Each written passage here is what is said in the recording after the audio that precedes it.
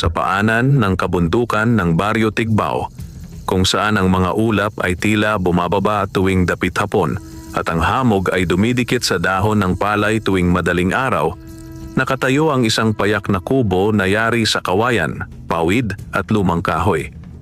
Doon naninirahan si Mang Teodor, isang magsasakang halos buong buhay ay ginugol sa pagbubungkal ng lupa at pakikipagbuno sa kahirapan. Sa murang edad na 12, natutunan na niyang humawak ng araro. Sa 16, sanay na siyang maglakad ng ilang oras patungo sa bukid, pasa ng baong kanin at asin. Sa 25, nag-asawa siya ng isang dalagang nagngangalang Lorinda, na may ngiting kayang pag-aanin ang kahit pinakabigat na pagod. Ngunit hindi nagtagal ang kanilang pagsasama. Isang malubhang karamdaman ang kumuha sa buhay ni Lorinda matapos ang 5 taong pagsasama at iniwan si Mang Teodor na nag-iisa sa mundong tila lalo pang naging mabagsik. Mula noon, naging tahimik ang kanyang tahanan. Ang dating may halakhak tuwing hapunan ay napalitan ng tunog ng kuliglig. Ang dating may nag-aabang sa kanyang pag-uwi ay napalitan ng malamig na hangin.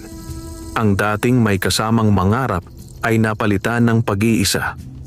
Ngunit hindi kailanman nawalan ng dangal si Mang Teodor. Araw-araw, bago pa sumikat ang araw, bumabangon na siya. Binubuhat ang lumang asarol, tinatahi ang sira niyang salakot at tinatahak ang maputik na daan patungo sa kanyang maliit na sakahan. Doon niya itinatanim ang palay, kamote, mais, at kung minsan ay gulay na sapat lamang sa kanyang pang-araw-araw na pangangailangan. Hindi siya mayaman, hindi siya kilala, hindi siya makapangyarihan. Ngunit siya ay mabuti. Sa baryo ng Tigbao, kilala siya bilang taong hindi maramot kahit kapos. Kapag may batang gutom, nagbibigay siya ng kamote. Kapag may matandang walang ulam, hinahati niya ang kanyang isda. Kapag may kapitbahay na nangangailangan ng tulong, hindi siya nagdadalawang isip. Kaya naman, kahit mag-isa, hindi siya nag-iisa sa puso ng mga tao. Isang hapon ng tag-ulan, habang ang kalangitan ay kulay abo at ang hangin ay may dalang amoy ng paparating na bagyo, nagmamadaling umuwi si Mang Teodor mula sa bukid. Basa na ang laylayan ng kanyang salawal at ang kanyang mga paa ay puno ng putik. Nagmamadali siya dahil ramdam niyang malakas ang unos na paparating. Ngunit sa kalagitnaan ng kanyang paglalakad, sa makitid na daang dumaraan sa gilid ng kagubatan, may napansin siyang kakaiba. Sa ilalim ng isang matandang punong balete, may nakahandusay na anino. Sa unay, inakala niyang isang malaking hayop lamang, marahil usa o kalabaw na napadpad sa gubat. Ngunit nang siya'y lumapit, nanlamig ang kanyang katawan. Ang anyo ng nilalang ay hindi pangkaraniwan. May katawan itong tila tao, matangkad at payat, ngunit ang ulo ay kahawig ng kabayo.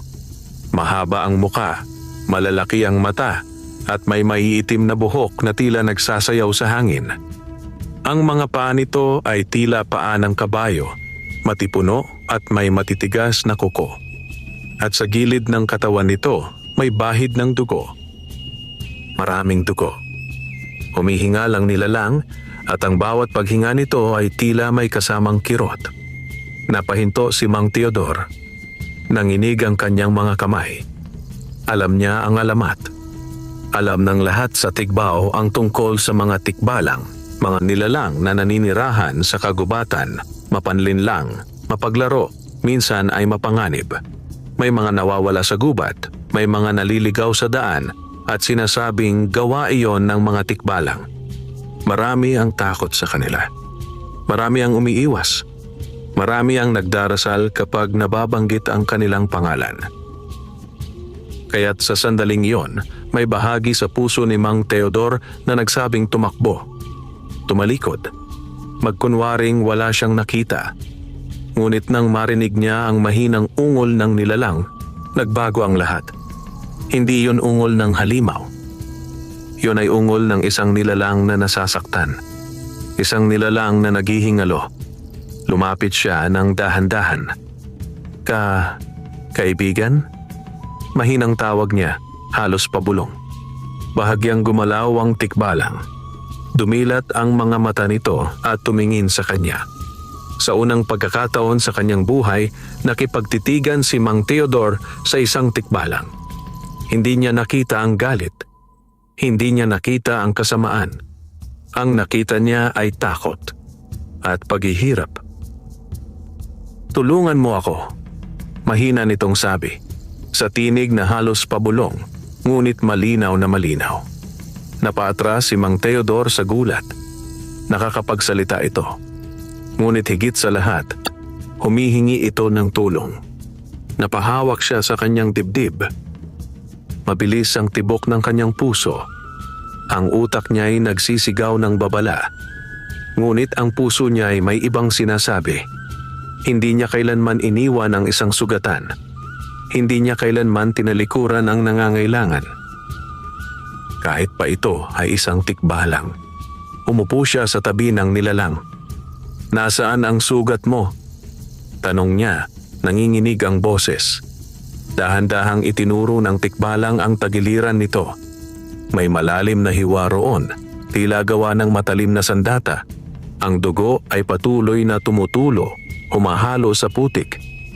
May naghabol sa akin," sabi nito. "Mga taong may galit sa aming lahi." Napatungo si Mang Theodore. Wala siyang gamot. Wala siyang benda. Ngunit may damit siya.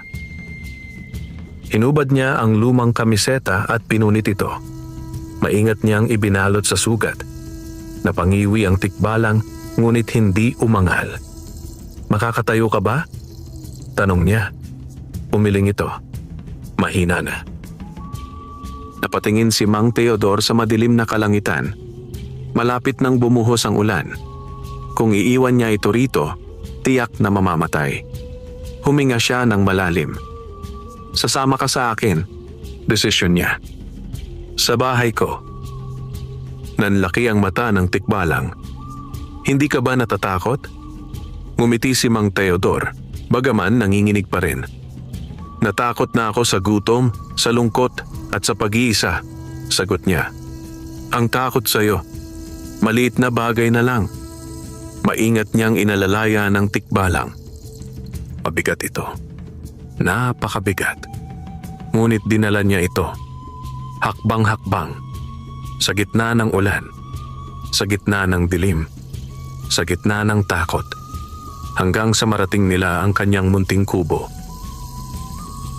At sa sandaling iyon, hindi pa alam ni Mang Theodore na ang kanyang kabutihan ay magiging simula ng isang kwento na magpapabago hindi lamang sa kanyang buhay, kundi sa buong baryo Tigbao. Pagdating nila sa kubo ni Mang Theodore, bumuhos na ng tuluyan ang ulan. Para itong tabing na bumabalot sa buong paligid, sinasapawan ang tunog ng mga dahon, bubong at lupa. Ang munting tahanan ay tila nanginginig sa lakas ng hangin, ngunit nananatiling matatag gaya ng may-ari nito.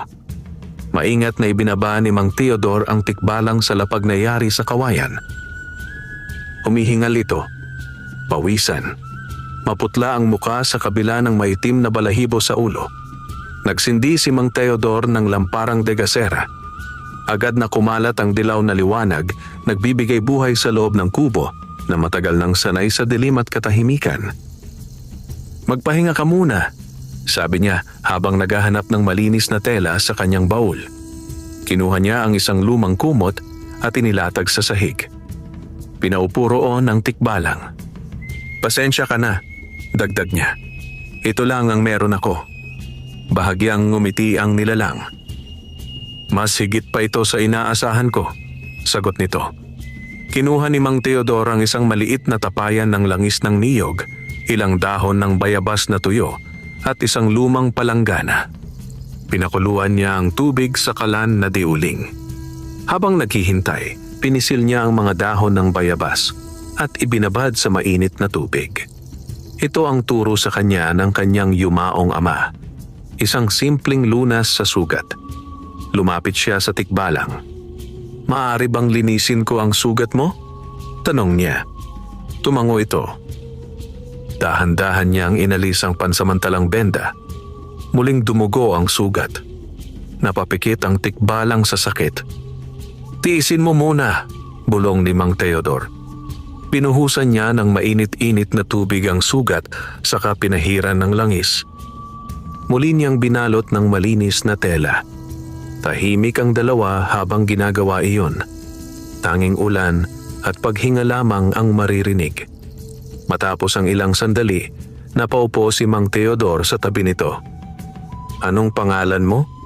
tanong niya. Saglit na nagatubili ang tikbalang. "Tinatawag nila akong Balan," sagot nito. Tumango si Mang Teodor. "Ako si Teodor." "Alam ko," sabi ni Balan. "Matagal na kitang napagmamasdan." Napalingon si Mang Teodor. "Napagmamasdan?" "Oo," tugon nito. "Isa ka sa iilang taong hindi nananakit ng kagubatan. Hindi ka nagpuputol ng puno ng walang dahilan. Hindi ka kumukuha ng higit sa kailangan mo." Napakamot sa ulo si Mang Teodor. "Ganun lang talaga ang itinuro sa akin." Ngumiti si Balan. "Kaya siguro ikaw ang napili kong lapitan." "Napili?" ulit niya. Tumango ang tikbalang. "May mga taong humahabol sa akin. Mga ngaso ng nilalang.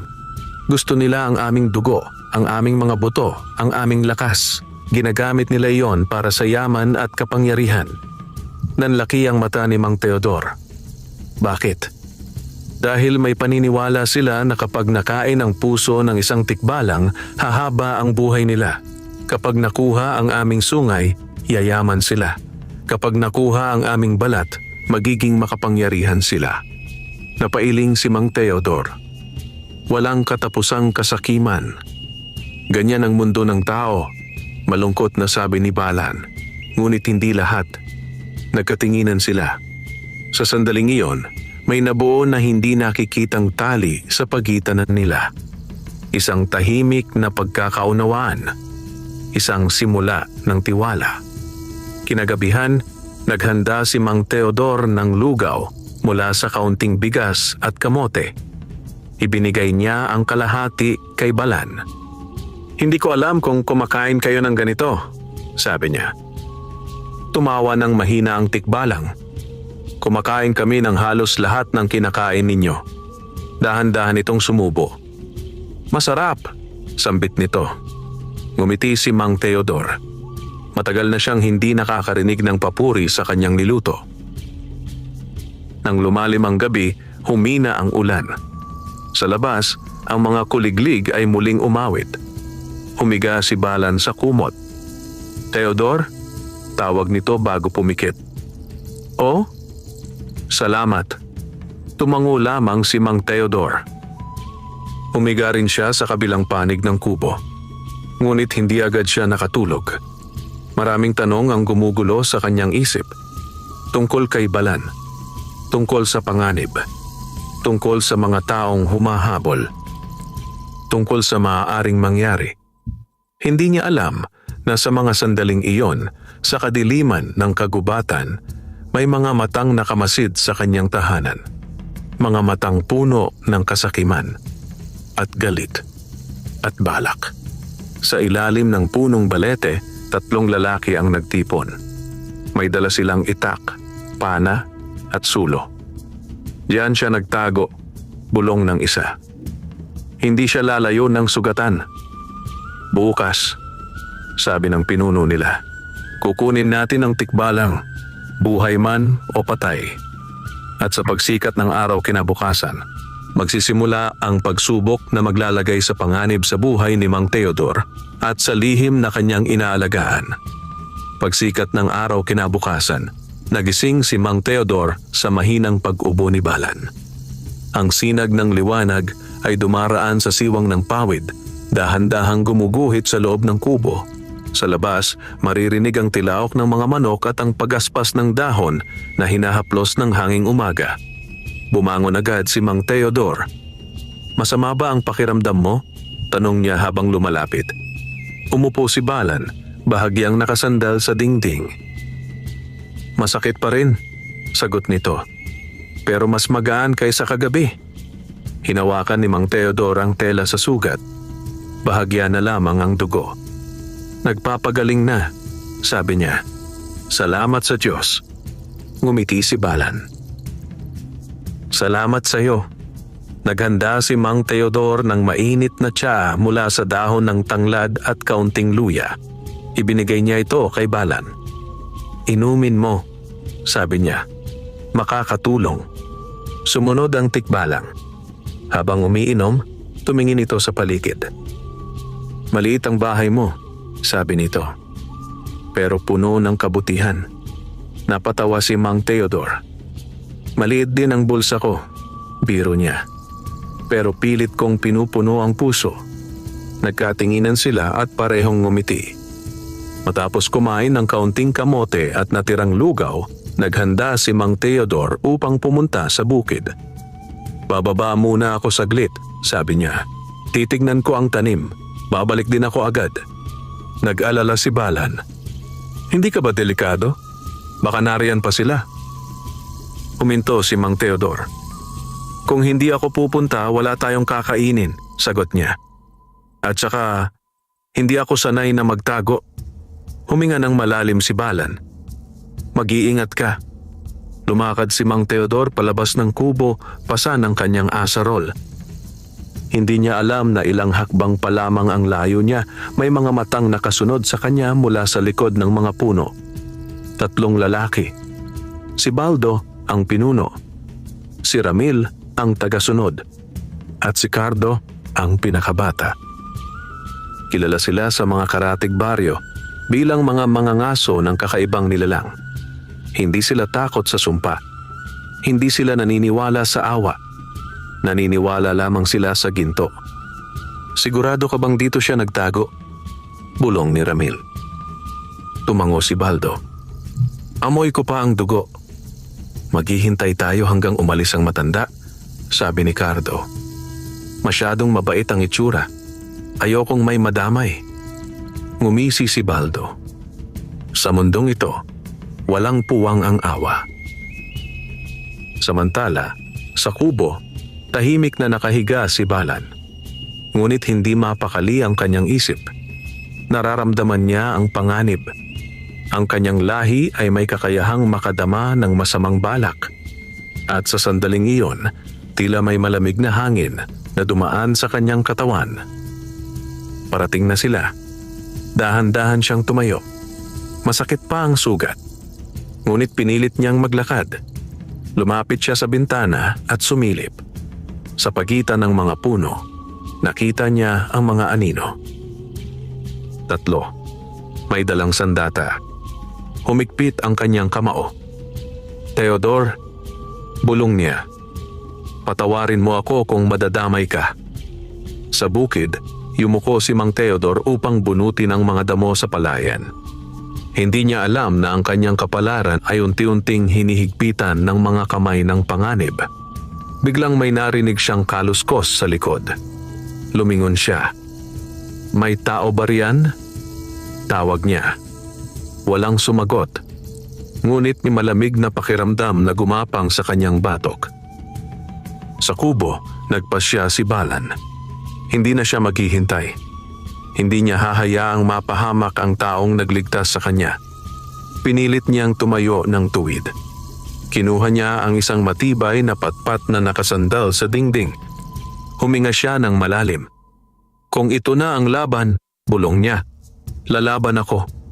At sa parehong sandali, sabay na kumilos ang kapalaran. Mula sa kagubatan, mula sa bukid, mula sa kubo. 3 landas ang magtatagpo. At doon magsisimula ang unang pagsubok ng kanilang pagkakaibigan. Sa gitna ng palayan, nakaramdam si Mang Teodor ng kakaibang katahimikan. Ang mga ibong karaniwang lumilipad sa umaga ay tila naglaho. Ang hangin ay huminto sa pag-ihip. Maging ang kuliglig ay tumigil sa pag-awit. Para bang humawak ang mundo sa hininga nito. Tumayo siya ng tuwid at tinanaw ang paligid. Walang tao. Walang galaw. Ngunit ramdam niya ang panganib. Hinawakan niya ang hawakan ng kanyang asarol, hindi bilang sandata, kundi bilang panatag sa sarili. Kalma lang, bulong niya sa sarili. Baka guni-guni lang. Ngunit hindi pa siya nakakahakbang ng 3 beses nang may biglang sumulpot mula sa likod ng punong mangga. Si Baldo. Matangkad, malapad ang balikat, may peklat sa pisngi, at hawak ang isang itak. "Magandang umaga, Mang," sabi nito na may pilit ng ngiti. Napaatras si Mang Teodor.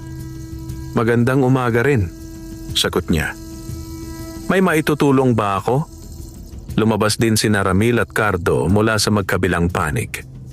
Parang mga asong pumapalibot sa biktima. "May nakita ka bang kakaibang nilalang dito?" tanong ni Baldo. Kabayo ang muka, tao ang katawan. Nanlaki ang mata ni Mang Teodor, ngunit agad niyang itinago ang gulat. "Wala," sagot niya. "Ako lang mag-isa rito araw-araw." Napatingin si Baldo sa kanyang mga mata. Parang sinusuri ang kanyang kaluluwa. "Sigurado ka?" Tumango si Mang Teodor. "Sigurado." Nagkibit balikat si Baldo. Sayang. Bigla nitong itinaas ang itak at isinubsob sa lupa sa tabi ng paa ni Mang Teodor. Napatalon siya sa gulat. "Pero kung nagsisinungaling ka," malamig na sabi ni Baldo, "babalik kami." Tumawa si Ramil. "At hindi na kami magtatanong." Tumahimik si Cardo. May bahid ng alinlangan sa kanyang muka. Umalis ang 3, naglaho sa pagitan ng mga puno. Nanlambot ang tuhod ni Mang Teodor. Napaupo siya sa pilapil. Pawisan. Nanginginig. "Panginoon," bulong niya, "tulungan mo kami." Samantala, sa kubo, pinakikinggan ni Bala ng bawat tunog mula sa labas. Nang marinig niya ang yabag ng mga paa, hinigpitan niya ang hawak sa patpat. Ngunit nang marinig niyang papalayo ang mga ito, napaupo siya sa pagod. "Hindi pa tapos," sabi niya sa sarili. Makalipas ang 1 oras, bumalik si Mang Teodor sa kubo. Habol ang hininga. Pagpasok pa lamang sinalubong na siya ni Balan. "May mga tao," agad nitong sabi. "Oo," sagot ni Mang Teodor. "Hinahanap ka nila." Nagkatinginan sila. Tahimik. Mabigat. "Aalis na ako," sabi ni Balan. Napailing si Mang Teodor. "Hindi ka pa magaling. Mas delikado kung manatili ako," tugon nito. "Kaya kong tiisin ang sugat. Hindi ko kayang tiisin na may madamay." Lumapit si Mang Teodor. "Hindi kita tinulungan para lang palayasin," marin niyang sabi. "Kaibigan kita ngayon." Nabigla si Balan. Matagal na siyang hindi tinatawag na kaibigan. "Pero..." "Walang pero," putol ni Mang Teodor. "Mananatili ka rito hanggat kaya mo." Napapikit si Balan. May bahid ng luha sa gilid ng kanyang mata. "Hindi mo alam ang pinapasok mo," sabi nito. "Alam ko," sagot ni Mang Teodor. "Pero handa ako." Kinagabihan, nagtipon ang 3 mga ngaso sa isang abandonadong kubo sa gilid ng baryo. "Nagsisinungaling ang matanda," sabi ni Baldo. "Ramdam ko." "Ano ang gagawin natin?" tanong ni Ramil. Ngumisi si Baldo. "Babalik tayo bukas ng gabi. Sunugin natin ang kubo kung kailangan." Namutla si Cardo. "May tao roon?" "Walang pakialam," sagot ni Baldo. Sa gabing iyon, habang mahimbing na natutulog ang baryo, isang mabigat na anino ang unti-unting bumabalot sa tahanan ni Mang Teodor. Isang unos na hindi ulan ang dala, kundi dugo at apoy. Sumapit ang gabi na tila may dalang masamang hula. Ang buwan ay natatakpan ng makakapal na ulap at ang mga bituin ay halos hindi masilip. Sa paligid ng kubo ni Mang Teodor, ang hangin ay malamig at mabigat. Wari may binubulong na babala. Sa loob ng kubo, nakaupo si Mang Teodor sa tabi ng lampara. Nag-aayos siya ng lambat na matagal nang sira. Ngunit ang kanyang isip ay wala roon. Paulit-ulit niyang naaalala ang titig ni Baldo. Malamig. Walang awa. Sa kabilang panig, nakahiga si Balan. Gising din. Hindi siya makatulog. Ang kanyang pandama ay patuloy na tumitibok. May paparating. Nararamdaman niya. Theodore, mahinang tawag niya. Oh? Sagot ng matanda. Kung may mangyari mamaya, tumakas ka. Napatingin si Mang Theodore. Anong sinasabi mo? May masamang balak ang mga iyon, sabi ni Balan. Babalik sila. Tumayo si Mang Theodore. Lumapit siya. Huwag mong akuin ang lahat, sabi niya. Magkasama tayo rito. Ngumiti si Balan ng malungkot. Hindi sanay ang mundo na may taong tulad mo. Sa labas, may kaluskos.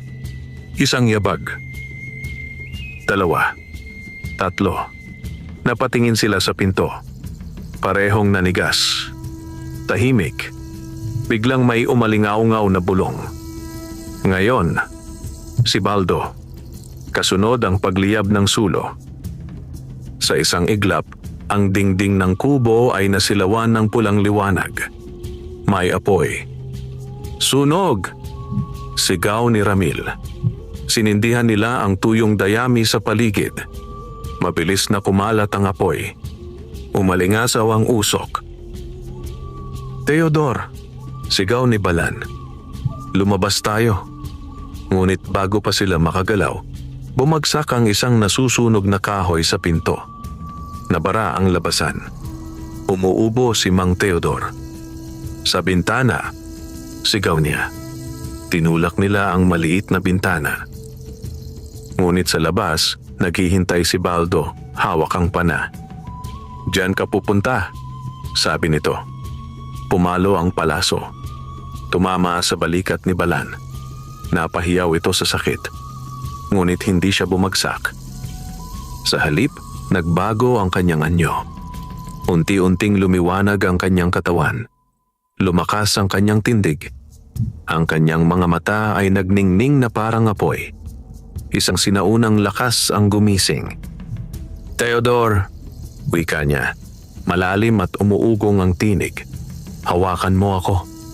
Ginawa ng matanda. Sa isang kisap mata, tumalon si Balan palabas ng bintana, pasan si Mang Theodore. Lumapag sila sa lupa sa likod ng kubo. Nagulat ang mga mangangaso. Hindi pa siya patay, sigaw ni Ramil. Humabol, utos ni Baldo. Tumakbo sila patungo sa gubat. Sa kabila ng sugat, mabilis si Balan. Parang hangin. Parang anino. Ngunit unti-unting nanghihina. Sa isang malalim na bangin, napadulas siya. Sabay silang gumulong. Bumagsak sila sa isang masukal na damuhan. Tahimik. Madilim. Basag ang ilang sanga. Humihingal si Balan. Halos wala ng lakas. Patawad, bulong niya. Dinamay kita. Hinawakan ni Mang Theodore ang kanyang kamay. Hindi mo ako dinamay, sagot niya. Pinili kita. Sa itaas, naririnig ang sigaw ng mga humahabol. Papunta na sila. Ngunit sa sandaling iyon, may liwanag na sumilay mula sa ilalim ng lupa. Isang lihim na lagusan. Isang daan patungo sa kailaliman ng kagubatan. Isang daan na matagal nang nakalimutan ng tao. At doon magsisimula ang mas malalim na yugto ng kanilang paglalakbay. Mula sa pagitan ng mga damo at ugat, unti-unting lumitaw ang isang makitid na lagusan. Nagmumula roon ang malamlam na liwanag na tila mula sa mga alitaptap na hindi karaniwan ng ningning. Ang hangin sa bunganga nito ay malamig. May halong amoy ng lupa at sinaunang kahoy. Napatingin si Mang Theodore kay Balan. Ano ito? Bulong niya. Daan ng aming mga ninuno. Sagot ni Balan, hingal. Matagal nang hindi ginagamit. Mula sa itaas, papalapit ang yabag ng mga mangangaso. Tito, sabi ni Mang Theodore, wala na tayong oras. Tinulungan niyang tumayo si Balan. Magkasabay silang gumapang papasok sa lagusan. Pagpasok nila, tila nagsara ang bunganga ng lupa, natabunan ng mga dahon at ugat, na para bang hindi kailanman nagkaroon ng daan doon. Sa loob, makipot ang daanan. Kailangan nilang yumuko. Minsan ay gumapang. Ang liwanag ay nagmumula sa maliliit na kristal na nakabaon sa dingding, kumikislap na parang mga bituin sa ilalim ng lupa. Hindi ko alam na may ganito, sabi ni Mang Theodore. Hindi ito nakikita ng karaniwang mata, paliwanag ni Balan. Lumilitaw lang kapag kailangan. Naglakad sila ng matagal. Hindi nila alam kung gaano katagal. Minuto, oras, panahon. Sa wakas, narating nila ang isang malawak na yungib. Sa gitna nito ay may malinaw na batis na kumikislap sa bughaw na liwanag. Sa paligid ay mga punong singaw na naglalabas ng malamlam na sinag. Parang ibang mundo. Dito tayo ligtas pansamantala, sabi ni Balan. Naupo si Mang Theodore sa isang bato. Habol ang hininga. Akala ko, matatapos na ang lahat. Bulong niya. Lumuhod si Balan sa tabi ng batis. Hinugasan niya ang sugat. Biglang umagos ang malinaw na liwanag mula sa tubig. Napahinga siya ng malalim. Ang tubig na ito, sabi niya, ay may kapangyarihang magpagaling. Lumapit si Mang Theodore. Ibinuhos ni Balan ang tubig sa sugat. Unti-unting nagsara ang hiwa. Nabawasan ang dugo. Parang himala, sabi ng matanda. Hindi, tugon ni Balan. Ito ang natitirang biyaya ng aming lahi. Tahimik silang naupo. Pagod. Gutom. Takot. Balan, wika ni Mang Theodore. Bakit kanila hinahabol ng ganoon? Huminga ng malalim ang tikbalang. Dahil ako ang huling tagapangalaga ng susing likas. Napakunot noo si Mang Theodore. Ano iyon? Isang munting bato ang inilabas ni Balan mula sa kanyang dibdib. Kumikislap ito sa berde at ginto.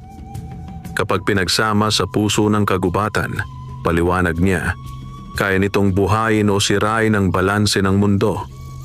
Maraming gustong umangkin. Maraming handang pumatay. Napatingin si Mang Theodore sa bato. Maliit lang. Ngunit ang kapangyarihan ay hindi nasusukat sa laki, sagot ni Balan. Sa ibabaw ng lupa, nagngangalit si Baldo. Nawala sila, sigaw niya. Parang bula. May dinaanan silang lihim, sabi ni Ramil. Napatango si Baldo. Hanapin natin, kahit abutin ng buwan. Si Cardo ay tahimik. Sa kanyang puso, may nagsisimulang pagdududa. Sa yungib, tumingin si Balan kay Mang Theodore. Hindi naligtas ang baryo mo, sabi niya. Hanggat ako'y naroon. Tumayo si Mang Theodore. At hindi kita iiwan. Ngumiti si Balan. Sa unang pagkakataon, walang lungkot, walang takot, kundi pag-asa. At sa dilim ng yungib, nagsimula ang panibagong kabanata ng kanilang buhay. Isang paglalakbay patungo sa katotohanan, sakripisyo at tunay na lakas. Nanatili sila sa yungib ng 3 araw. Sa loob ng panahong iyon, unti-unting bumalik ang lakas ni Balan. Araw-araw, hinuhugasan niya ang kanyang sugat sa mahiwagang batis at sa bawat paglubog ng kanyang kamay, mas nagiging malinaw ang liwanag ng kanyang mga mata. Ang dating panghihina ay napalitan ng panibagong sigla. Si Mang Theodore naman ay tumutulong sa pag-iipon ng mga kabute at maliliit na ugat na maaaring kainin. Tinuruan siya ni Balan kung alin ang ligtas at alin ang may lason. Sa tahimik na mga sandaling iyon, mas lalo silang nagkakilala. Isang gabi, habang nakaupo sila sa tabi ng batis, nagsalita si Mang Theodore. May pamilya ka ba? Napatingin si Balan sa tubig. Wala na, sagot niya. Matagal na. Paano sila nawala? Maingat na tanong ng matanda. Sa digmaan ng tao at nilalang, sabi ni Balan. Noong nagsimulang manghuli ang mga sakim, tumahimik siya. Isa-isa silang pinaslang. Humigpit ang kamao ni Mang Teodor. Kaya hindi na ako nagtitiwala, dugtong ni Balan. Hanggang sa dumating ka. Nagulat si Mang Teodor. Ako? Oo, sagot nito. Pinili mong tumulong kahit may takot. Iyon ang bihira. Napabuntong hininga si Mang Teodor. Siguro dahil matagal na akong nag-iisa. Ngumiti si Balan. Hindi ka na nag-iisa ngayon. Sa labas ng Yunggib, patuloy ang paghahanap ng mga mangangaso. Unti-unti nilang nasuyod ang kagubatan. Sinunog ang ilang puno. Tinakot ang mga taga-baryo. Nagsimulang magbulungan ang mga tao sa Tigbaw. May masamang espiritu raw. May sumpa raw. May gulo sa gubat. Nabahala ang mga matatanda. Naging mapagmatyag ang mga kabataan. Isang hapon, may dumating na sugatang lalaki sa baryo. Si Cardo. Dumudugo ang kanyang noo. Hingal. Tulungan ninyo ako. Pakiusap niya. Inalagaan siya ng mga tao. At nang magising, umiyak siya. Ayoko na, bulong niya. Hindi tama ang ginagawa namin. Lumapit ang pinunong baryo. Anong ginagawa ninyo? Nagkwento si Cardo. Tungkol kay Baldo. Tungkol sa tikbalang. Tungkol sa susing likas. Nagulat ang mga tao. Nagalit. Nangamba. May dadating na kapahamakan, sabi ng matanda. Samantala, sa Yunggib, nakaramdam si Balan ng matinding kirot sa dibdib. Nanliit ang susing likas. Nanghina ang liwanag. May mali, sabi niya. Ano? Tanong ni Mang Teodor. Nagagalaw ang balanse, sagot nito. May taong gumagamit ng madilim na ritual. Sa kabilang dako ng gubat, lumuhod si Baldo sa harap ng isang lumang dambana. May hawak siyang dugo. May hawak siyang anting-anting. Bigyan mo ako ng kapangyarihan, sigaw niya. At ibibigay ko sa iyo ang puso ng tikbalang. Umalingaw-ngaw ang kulog. Uminit ang hangin. Isang madilim na nilalang ang bumangon mula sa lupa. At sa sandaling iyon, nagsimula ang digmaan na magtatakda sa kapalaran ng Tigbaw. Ang gabing iyon, nagising si Mang Teodor sa biglaang pagyanig ng lupa. Mula sa kisame ng Yunggib, may mga tipak ng bato na nalalaglag. Ang batis ay nagalon at ang dating payapang liwanag ay naging kulay abo. Balan! Sigaw niya. Nakatayo na ang tikbalang sa gitna ng Yunggib. Hawak ang susing likas na ngayoy nanginginig at naglalabas ng madilim na usok. Nararamdaman niya ang tawag, sabi ni Balan. Ginagamit ni Baldo ang dugo at galit para kontrolin ang kagubatan. Anong mangyayari kung magtagumpay siya? Tanong ni Mang Teodor. Matutuyo ang lupa, sagot ni Balan. Mamamatay ang pananim, mawawala ang tubig. Ang Tigbaw ay magiging lupang patay. Nanlaki ang mata ng matanda. Hindi natin hahayaang mangyari iyon. Lumapit si Balan. May isang paraan, sabi niya. Ngunit mapanganib. Ano? Tanong ni Mang Teodor. Kailangan nating pumunta sa puso ng gubat. Tahimik si Mang Teodor. Narinig na niya ang alamat tungkol doon. Isang lugar na hindi basta-basta nararating. Isang lugar na pinamumugaran ng mga sinaunang espiritu. Kung doon natin dadalhin ang susing likas, paliwanag ni Balan, maibabalik ang balanse. Pero, giit ni Mang Teodor, pero maaaring hindi na ako makabalik, sagot nito. Napahawak si Mang Teodor sa balikat niya. Huwag mong sabihin iyan. Katotohanan iyon, sagot ni Balan. Ako ang tagapagdala. Bahagi ng aking buhay ang kapangyarihan nito. Tahimik silang nagkatitigan. Sa labas ng Yunggib, rumaragasa ang hangin. Parang nagagalit ang kalikasan. Kailan tayo aalis? Tanong ni Mang Teodor sa wakas. Ngayon, sagot ni Balan. Lumabas sila sa lihim na lagusan. Ang kagubatan ay nagbago. Ang mga puno ay baluktot. Ang mga dahon ay nangingitim. Ang hangin ay mabigat. Parang may nagmamasid sa bawat galaw nila. Naglakad sila buong gabi. Tumawid sa ilog. Umakyat sa bangin. Lumakad sa masukal na damuhan. Hanggang sa marating nila ang isang malawak na clearing. Sa gitna nito ay may dambanang bato na balot ng lumot at ugat. Umiikot dito ang bughaw na liwanag. Iyan ang puso ng gubat, bulong ni Balan. Ngunit hindi sila nag-iisa. Sa harap ng dambana, nakatayo si Baldo. Ang kanyang katawan ay nababalutan ng itim na usok. Ang kanyang mga mata ay pula. Sa likod niya, ang nilalang na mula sa lupa ay unti-unting nabubuo. Isang anyong parang anino na may sungay at pakpak. Dumating ka rin, ngisi ni Baldo. Ibigay mo ang bato. Humarap si Balan. Hindi mo nauunawaan ang ginagawa mo. Tumawa si Baldo. Ang alam ko lang, magiging makapangyarihan ako. Humakbang si Mang Teodor sa unahan. Baldo, sigaw niya. Hindi ka yayaman sa pagpatay. Saglit na natigilan si Baldo. Ngunit nanaig ang dilim. Huli na, sagot niya. At sa isang iglap, sumiklab ang liwanag at dilim. Nagsimula ang huling laban para sa kaluluwa ng Tigbaw. Umalingaw-ngaw ang kulog sa kalangitan nang magsalpukan ang liwanag at dilim. Ang hangin ay umikot na parang ipo-ipo sa paligid ng puso ng gubat.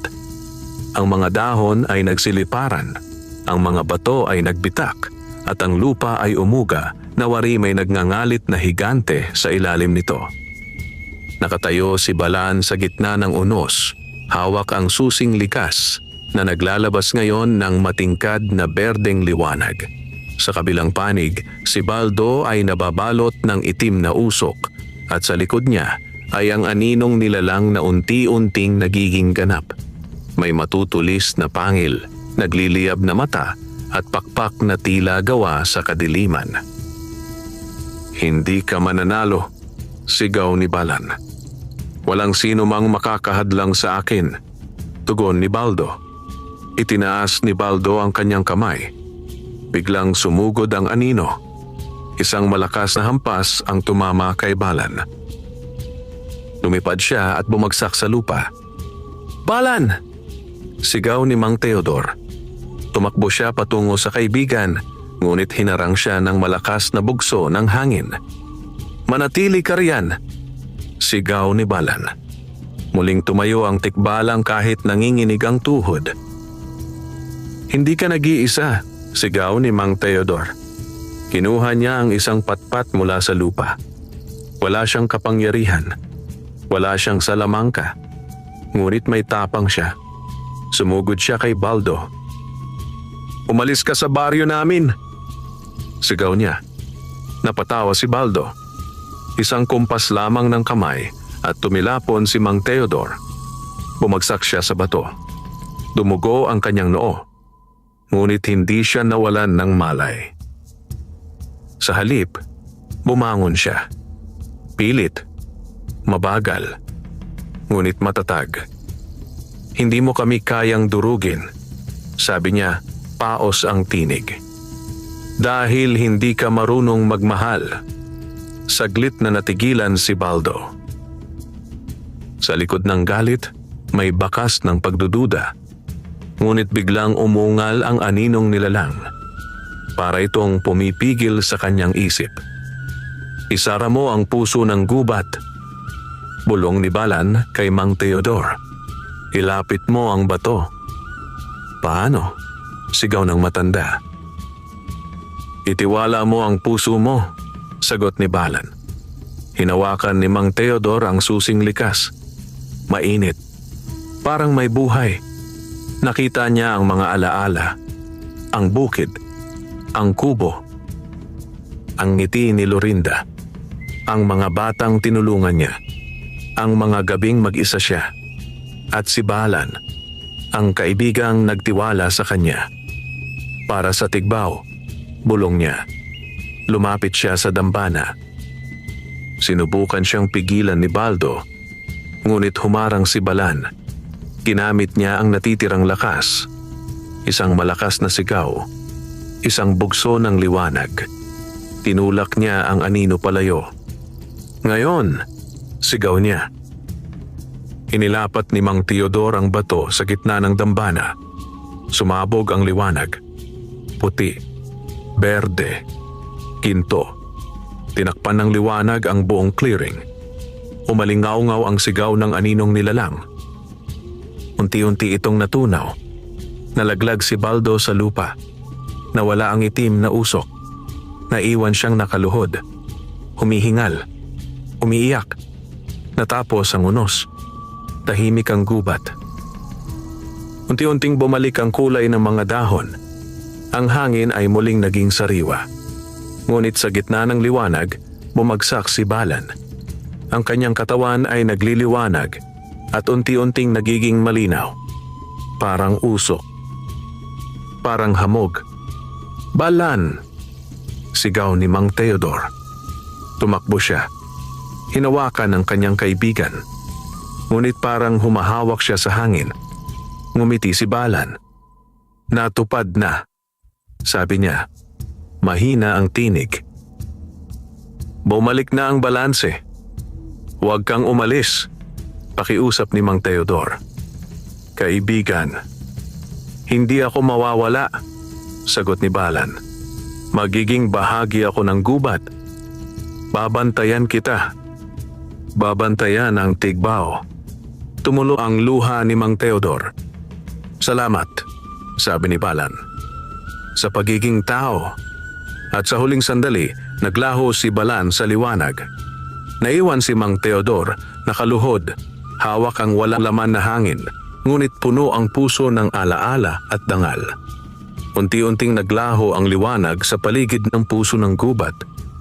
Ang dating nagngangalit na hangin ay humupa, at ang mga dahon ay muling sumayaw sa banayad na simoy. Ang mga ibon na matagal na nagkubli sa takot ay nagsimulang umawit muli. Tila nagbabalik ng buhay sa buong kagubatan. Nakatayo si Mang Teodor sa gitna ng clearing. Tahimik. Hindi gumagalaw. Parang nawalan ng lakas. Sa harap niya, ang dambana ay muling natabunan ng lumot at ugat na parabang walang naganap na labanan. Ang susing likas ay naglaho, naging bahagi ng lupa tulad ng pangakong ibinigay ni Balan. Lumuhod si Mang Teodor. Hinawakan niya ang malamig na bato. Kaibigan, bulong niya, hindi kita malilimutan. Sa di kalayuan, gumagalaw si Baldo. Hinahila niya ang sarili upang makabangon. Wala na ang yabang. Wala na ang galit. Tanging pagod at pagsisisi ang natira. Lumapit si Mang Teodor. Tumingin si Baldo sa kanya. Ako ang may kasalanan, sabi nito. Sinira ko ang lahat. Tahimik na tumango si Mang Teodor. May pagkakataon ka pang magbago, sagot niya. Kung gugustuhin mo. Napaluha si Baldo. Hindi ko alam kung paano. Simulan mo sa paghingi ng tawad, tugon ni Mang Teodor. Tinulungan niya itong tumayo. Magkasabay silang naglakad palabas ng clearing. Sa gilid ng kagubatan, naghihintay ang ilang taga-baryo kasama si Cardo. Nang makita nila si Mang Teodor, nagtakbuhan sila. Buhay ka! Sigaw ng isa. Salamat sa Diyos, sabi ng iba. Yumakap si Cardo kay Mang Teodor. Patawad, umiiyak niyang sabi. Hindi ko kayo pinigilan. Ginawa mo ang tama sa huli, sagot ng matanda. Bumalik sila sa Tigbaw nang magbukang liwayway. Sa kanilang pagdaan, napansin nilang ang mga tuyong halaman ay muling nagkakaroon ng sigla. Ang ilog ay umaagos ng malinaw. Ang lupa ay tila muling humihinga. Pagdating sa baryo, sinalubong sila ng mga tao. May luha, may saya, may pasasalamat. Ang kubo ni Mang Teodor ay nasunog. Tanging mga abo ang natira. Napatingin siya roon. Hindi siya umiyak. Ngumiti lamang siya ng bahagya. Makakapagtayo ulit, bulong niya. At hindi siya nagkamali. Sa tulong ng buong baryo, nagtayo sila ng bagong tahanan para kay Mang Teodor. Mas matibay, mas maluwang. Ngunit nanatiling simple. Araw-araw, may dumadalaw. May nagdadala ng pagkain. May humihingi ng payo. May gustong makinig sa kanyang kwento. Ngunit hindi niya ikinukwento ang lahat. Tanging ang aral na ang kabutihan ay hindi nasusukat sa yaman, na ang tapang ay hindi laging may hawak na sandata, na ang tunay na lakas ay nagmumula sa puso. Tuwing hapon, umuupo siya sa labas ng kanyang bagong kubo. Tinitingnan ang kagubatan. At kung minsan, kapag tama ang liwanag at hangin, may anino siyang nakikitang tila may hugis ng isang tikbalang na nakatayo sa pagitan ng mga puno. Ngumiti siya. Alam niyang hindi siya nag-iisa. At sa Baryo Tigbao, ang alamat ng isang mahirap na magsasaka at isang sugatang tikbalang ay naging kwento ng pag-asa na ipapasa sa mga susunod na henerasyon. Ngunit hindi pa roon nagtatapos ang lahat dahil ang buhay ay patuloy. At ang mga pagsubok ay bumabalik sa iba't ibang anyo. At si Mang Teodor, na minsang naging saksi sa hiwaga ng mundo, ay haharap muli sa bagong hamon. Dala ang alaala ng isang kaibigang nag-alay ng sarili para sa kapayapaan. Lumipas ang mga buwan. Unti-unting bumalik sa normal ang buhay sa Baryo Tigbao. Ang mga palayan ay muling naging luntian, ang mga sapa ay nagkaroon ng malinaw na tubig, at ang mga puno sa gilid ng kagubatan ay namunga ng sagana. Para bang binasbasan muli ng kalikasan ang lugar matapos ang unos at panganib na kanilang pinagdaanan. Si Mang Teodor ay bumalik sa dating gawain. Maagang gumigising. Nagbubungkal ng lupa. Nagtatanim. Nag-aani. Ngunit may malaking pagbabago sa kanyang puso. Hindi na siya ang dating tahimik na magsasakang halos hindi napapansin. Ngayon, siya ay kinikilala bilang haligi ng baryo. Kapag may alitan, siya ang tinatawag. Kapag may problema, siya ang nilalapitan. Kapag may pangamba, siya ang nagbibigay lakas ng loob. Isang hapon, habang nagwawalis siya sa bakuran, may lumapit na batang lalaki. Si Nilo, anak ng isang mangingisda. Mang Teodor, mahiyain itong sabi, "Totoo po bang may kaibigan kayong tikbalang?" Ngumiti ang matanda. "Bakit mo natanong?" "Kasi po," sagot ni Nilo, "may nakita po akong anino sa gubat kagabi." Napatingin si Mang Teodor sa kagubatan. Tahimik. Luntian. "Hindi lahat ng anino ay masama," sabi niya. "May iba na nagbabantay." Napatango ang bata. Mula noon madalas nang dumalaw si Nilo kay Mang Teodor. Tinuturuan niya itong magtanim, mag-alaga ng lupa at igalang ang kalikasan. Sa bawat pagtuturo niya, para niyang ipinapasa ang mga aral na natutunan niya kay Balan. Isang gabi ng tag-init, nagising si Mang Teodor sa kakaibang panaginip. Nasa gitna siya ng kagubatan. May maliwanag na liwanag sa paligid. At sa harap niya, nakatayo si Balan. Buong buo. Malusog. Ngumiti. "Teodor," sabi nito. "Balan," bulong ng matanda. "Salamat, dugtong ng tikbalang. Dahil hindi mo kami nakalimutan. Hindi kita kailanman malilimutan," sagot ni Mang Teodor. "May bagong tagapangalaga na," sabi ni Balan, sabay turo kay Nilo. May dalisay ang puso niya. Nagising si Mang Teodor na may luha sa mata. Ngunit may ngiti sa labi. Kinabukasan, mas naging masigasig siya sa pagtuturo kay Nilo. hindi lamang ng pagsasaka, kundi ng kabutihan, paggalang, at tapang. Sa kabilang dako, si Baldo ay nagbago. Iniwan niya ang pangangaso, naging tagapagbantay ng kagubatan. Tuwing may pumuputol ng puno ng walang pahintulot, siya ang umaawat. Tuwing may nanghuhuli ng hayop, siya ang nagbababala. Sa katahimikan, tinutubos niya ang kanyang kasalanan. Lumipas pa ang mga taon. Puti na ang buhok ni Mang Teodor. Mabagal na ang lakad. Ngunit malinaw pa rin ang isip. Isang umaga, umupo siya sa paborito niyang bangko sa harap ng kubo. Pinagmasdan ang pagsikat ng araw. Ang liwanag ay dumaan sa mga dahon. Ang hangin ay malamig. At sa pagitan ng mga puno, may nakita siyang anyong pamilyar. Isang tikbalang. Nakatayo.